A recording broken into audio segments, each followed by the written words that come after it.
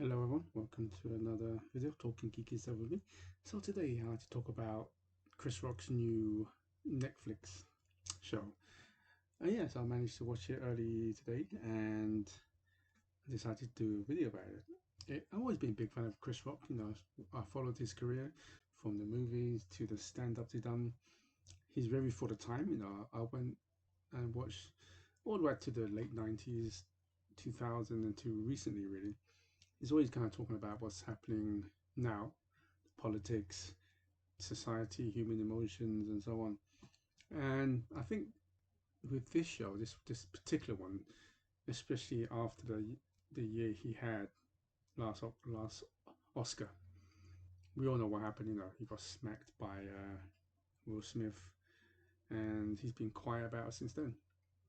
And I think it was a good move that he kept quiet. He didn't go to these Oprah shows or any of these talk shows and play the victim, which he said in the show. One thing I love about this show, I think more than ever, it was funny. I gotta say, it's very funny, but it's also very ready for the times, and he really calls out a lot of the society the woke culture, cancel culture, and so on, and selective this, selective that. Far right, far left, he's calling them out. And not just him. I think in the last a year or two, you get a lot of comedians like Dave Chappelle, Bill Burr. I think they're all starting to call out this cancel culture, woke culture, and it's infested in our society. It's infested in our entertainment.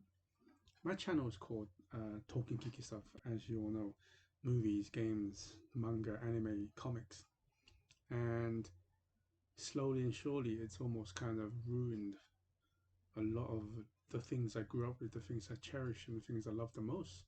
Marvel. I'm a big fan of Marvel comics. And think about, 10, 12 years ago when MCU, the first Iron Man, come out and create this amazing universe for geeks like me, who were fantasizing when we were teenagers, kids, to see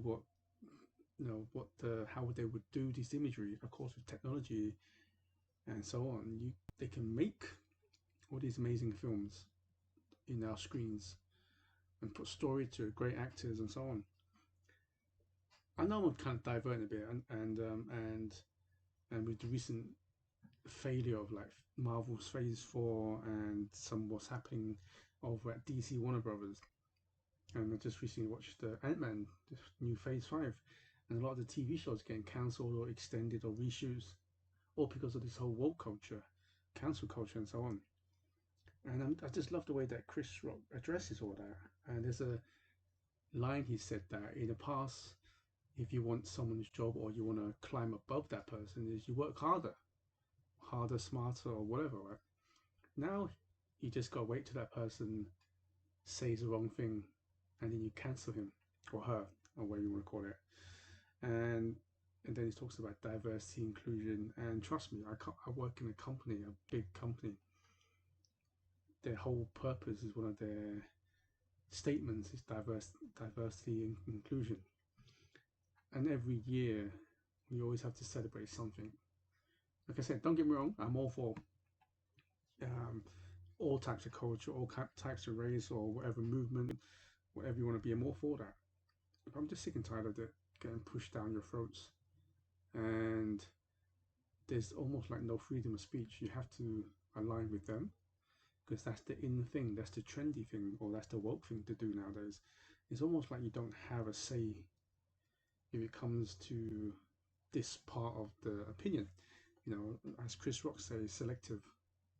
And then he goes on about that. And there's a really middle segment where he talks about his daughter and how it was his idea that got her kicked out of school and it humbled her and so on.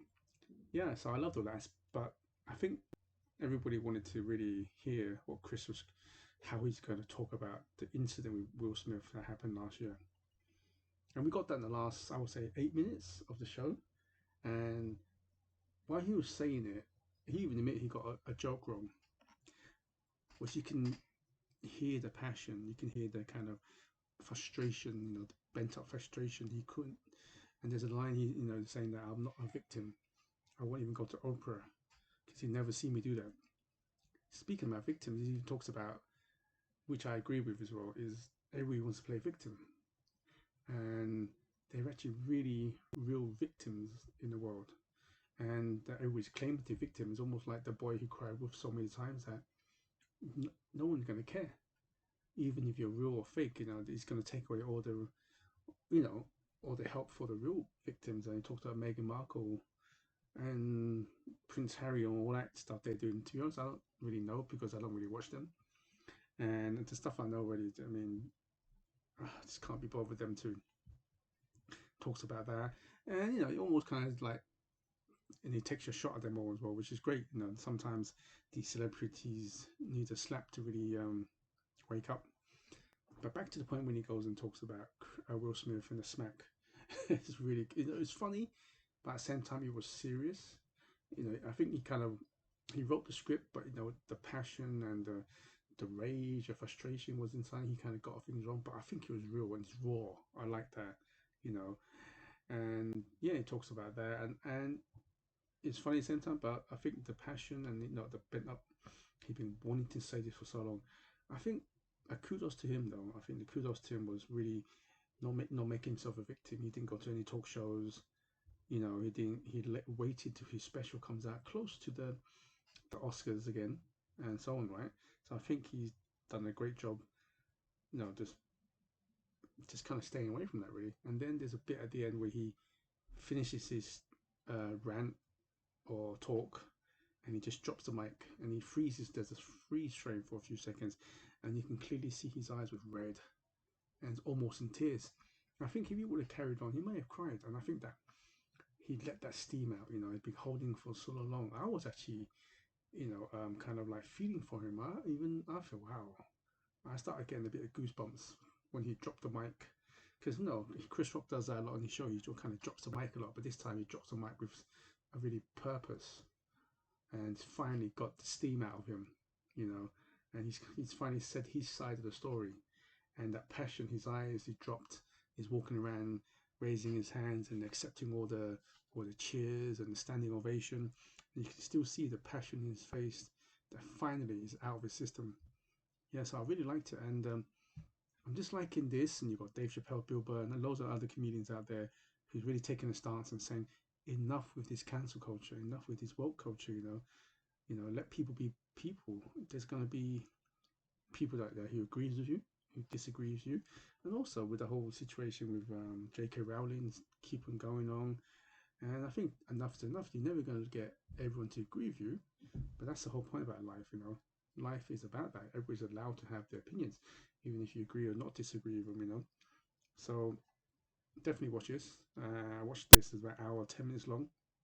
It's definitely one of his best ones. I will say this: he wasn't as funny as some of them. He's funny, don't get me wrong, but it wasn't as funny. But it was very interesting. Some of the stuff he was saying really hit home what's happening with today's world, and how the cancel culture, the woke culture, it's just crazy at the moment. And especially the last few minutes when he talks about Will Smith, that passion. Well, he really got to me, So definitely check it out. Anyway, I just wanted to say my 2 cents about this show. Definitely check it out. Until next time, good morning, good afternoon, and good evening, wherever you're in the world.